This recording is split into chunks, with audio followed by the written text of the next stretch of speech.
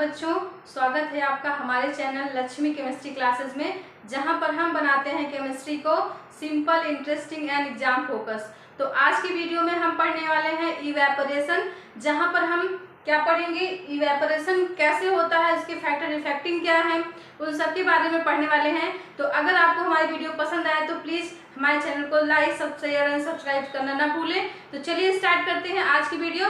तो इवेपोरेशन में हम लोग क्या पढ़ते हैं कि इवेपोरेशन में हम लोग सीधा अभी तक जैसे हमने पढ़ा था, बॉइलिंग पॉइंट में क्या पढ़ा था, लिक्विड कन्वर्ट हो रहा है किसमें, गैस में। कोई भी लिक्विड गैस में कब कन्वर्ट हो रहा है, जब हम उसको हीट कर रहे हैं।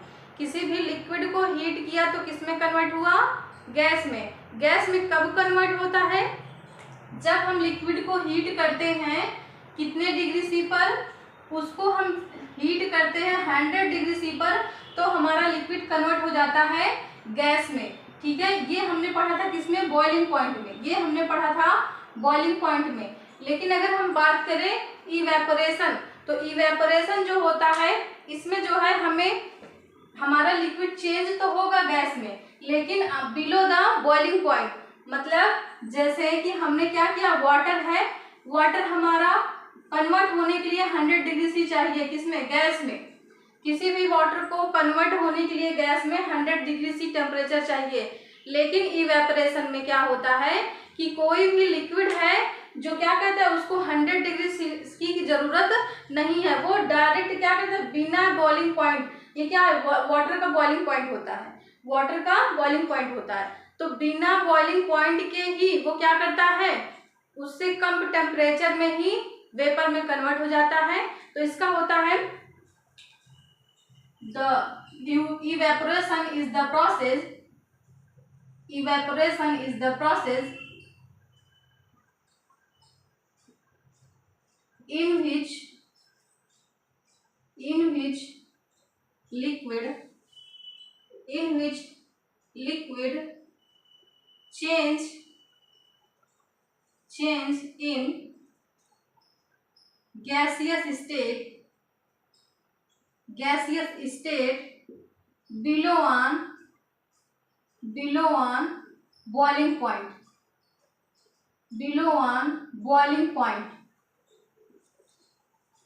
राइट। इसका मतलब क्या है कि उसके बॉइलिंग पॉइंट के नीचे ही रहने पर ही, कोई भी लिक्विड है उसका बॉइलिंग पॉइंट के नीचे ही हमारा जो लिक्विड है वो चेंज हो जाएगा किसमें, गैस में।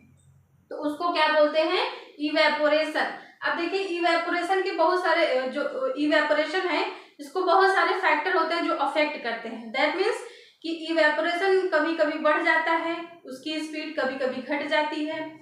तो इसके क्या इफेक्ट है उसके बारे में पढ़ते हैं। तो क्या है, फैक्टर अफेक्टिंग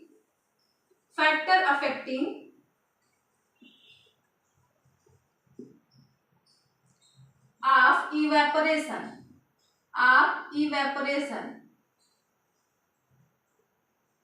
इवेपोरेशन को कितने फैक्टर अफेक्ट करते हैं उसके बारे में पढ़ते हैं। तो सबसे पहला होता है क्या, टेम्परेचर। सबसे पहले टेम्परेचर। दूसरा क्या होता है, ह्यूमिडिटी।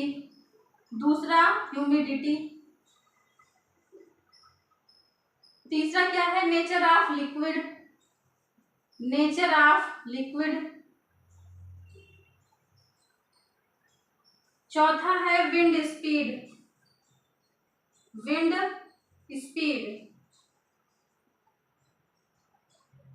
पांचवा है एरिया ऑफ सरफेस एरिया या एरिया ऑफ सरफेस एरिया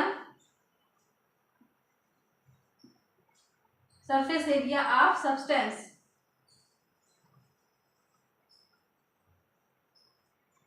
तो इवेपोरेशन को इतने सारे फैक्टर अफेक्ट करते हैं। पहला क्या होता है, टेम्परेचर। दूसरा ह्यूमिडिटी। तीसरा नेचर ऑफ लिक्विड एंड चौथा है wind speed, surface area of the substance. अब देखो इसको हम लोग एक एक करके समझने वाले हैं। तो देखिए टेम्परेचर, आपको पता है कि जैसे ही इन्वायरमेंट में टेम्परेचर बढ़ता है इवेपोरेशन बहुत ही तेजी से होने लगता है। गर्मियों के समय में अपने आप देखेंगे, अपने आपके आसपास जो तालाब होंगे, नदी होंगे, झीलें होंगी, वो कहाँ, वहाँ का वाटर लेवल बहुत कम हो जाएगा, या बहुत सारे तालाब ऐसे हैं जो सूख भी जाते हैं। मई जून के महीने में जो होते हैं आपके तालाब क्या होते हैं, वो सूख जाते हैं। क्यों? क्योंकि इवेपोरेशन हो रहा है इतना तेजी से, टेम्परेचर बढ़ जाता है। मई जून के महीने में गर्मी इतनी होती है कि इन्वायरमेंट का टेम्परेचर बढ़ जाता है, जिसकी वजह से इवेपोरेशन बहुत फास्ट होने लग जाता है। अब देखेंगे आप लोग कभी गर्मी मई या जून के महीने में देखेंगे कपड़े क्या है, कपड़ों को सूखने के लिए केवल आधे घंटे या 40 मिनट ही लगता है, उससे ज़्यादा नहीं लगता है। इवेपोरेशन इतना तेजी से होता है कि कपड़े बहुत जल्दी सूख जाते हैं। अभी कई बार क्वेश्चन पूछ लिए जाते हैं बच्चों से कि गर्मियों की अपेक्षा ठंडियों में ज़्यादा समय क्यों लगता है कपड़ों को सुखाने में, तो इसका क्या मतलब है, इसमें हम लोग उसके बारे में पढ़ेंगे। तो चलिए पहले टेम्परेचर क्या है, टेम्परेचर बढ़ने पर इवेपोरेशन की रेट बढ़ जाती है, जिसकी वजह से क्या होता है, इवेपोरेशन बढ़ जाता है।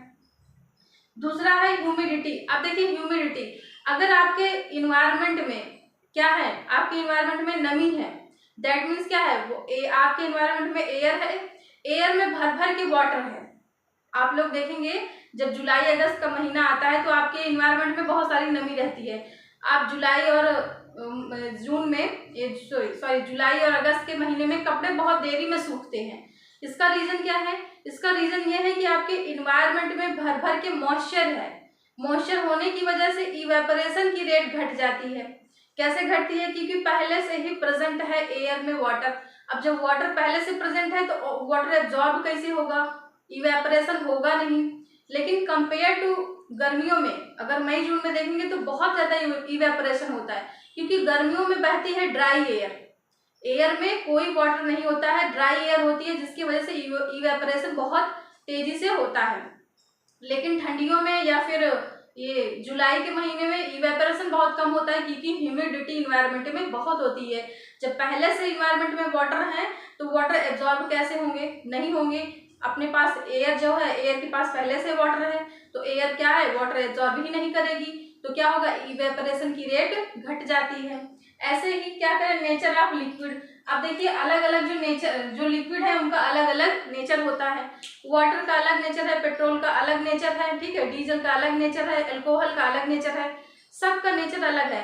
तो अगर हम अल्कोहल की बात करें, पेट्रोल की बात करें, केरोसिन ऑयल की बात करें, वाटर की बात करें, इन सब का रेट अलग अलग है। किसी का इवेपोरेशन बहुत फास्ट होता है, किसी का बहुत जल्दी होता है। जैसे अल्कोहल है, डीजल है, पेट्रोल, इनका इवेपोरेशन बहुत तेजी से होता है कंपेयर टू वाटर, ठीक है। वाटर बहुत जल्दी से इवेपोरेट नहीं होता है compare to alcohol and diesel, petrol. आप लोगों ने कई बार सुना होगा कि जब भी डीजल जो होता है उसको हम लोग क्या करते हैं, जहां भी रखते हैं, केरोसिन ऑयल को जहां भी रखते हैं उसको कैप लगा के रखते हैं, नहीं तो बहुत जल्दी वो वेपराइज हो जाता है, ठीक है, बहुत जल्दी ही उसका रेट ऑफ वेपराइजेशन इतना ज़्यादा हाई है कि वो बहुत जल्दी ही क्या होगा, खत्म हो जाएगा। इसलिए जब भी हम लोग डीजल पेट्रोल गाड़ी में डलवाएंगे या फिर जहां भी स्टोर करते हैं उसको हमेशा लॉक करके रखते हैं, क्लोज करके रखते हैं। अगला है विंड स्पीड। अब देखिए जो हमारा इवेपोरेशन है वो डिपेंड करता है विंड स्पीड पर भी। अगर हवाएं बहुत तेजी से चल रही हैं तो आपके जो आसपास आप कभी देखे होंगे जब हवा बहुत तेज चलती है तो आप जब कपड़े धुल के डालते हो तो वो बहुत जल्दी ड्राई हो जाते हैं। लेकिन अगर हवाएं धीरे चल रही हैं या नहीं चल रही हैं, बहुत स्लो चल रही हैं, तो उसके कंपेरिजन में आपके कपड़े बहुत लेट में सूखते हैं। तो अगर बहुत तेजी से हवाएं चल रही हैं तो आपका इवेपोरेशन बहुत तेजी से होगा, उसका रेट बढ़ जाता है। तो इसका मतलब क्या है कि इवेपोरेशन जो विंड स्पीड है ये भी इवेपोरेशन के रेट को बढ़ा देता है, बढ़ा भी सकता है और घटा भी सकता है। अगर विंड स्पीड ज़्यादा है तो बढ़ा देगा इवेपोरेशन, अगर विंड स्पीड कम है तो इवेपोरेशन की रेट घटा देगा। Surface area of the substance. अब देखिए मान लीजिए कोई भी आपने क्या लिया, कोई भी लिक्विड है, एक लिक्विड को आपको क्या रखना है, आप उसको बकेट में रखिए, एक लिक्विड को आप एक प्लेट में रखिए, एक को एक ग्लास में रखिए, आप उसको रख के ऑब्जर्व करिएगा, ठीक है।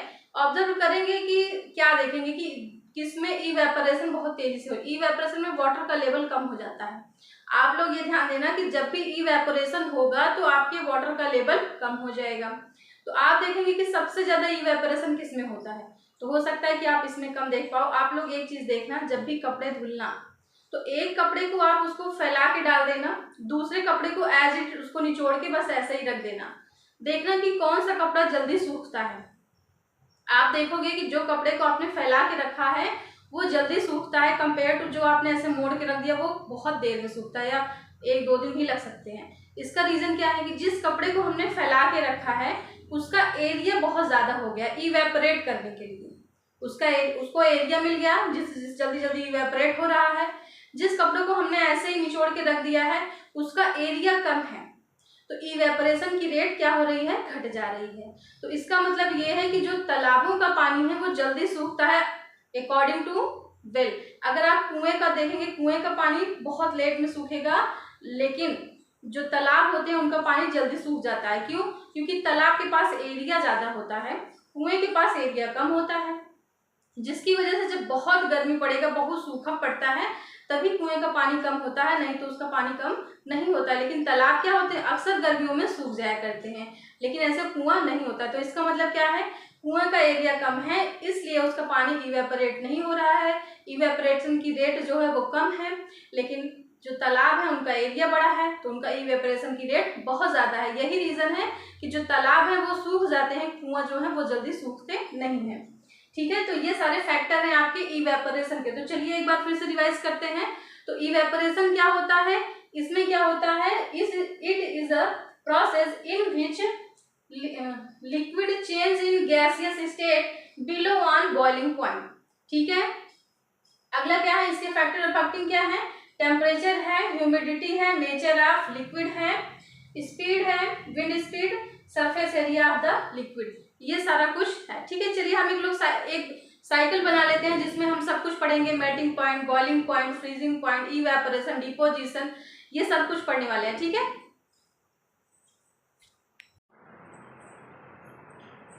देखिए बच्चों, तो अभी तक हमने जो भी इंटर कन्वर्जन पढ़ा, melting point, boiling point, condensation, evaporation, sublimation, deposition, ये सब कुछ जो हमने पढ़ा था उसको हमने एक साइकिल में अरेंज कर दिया है।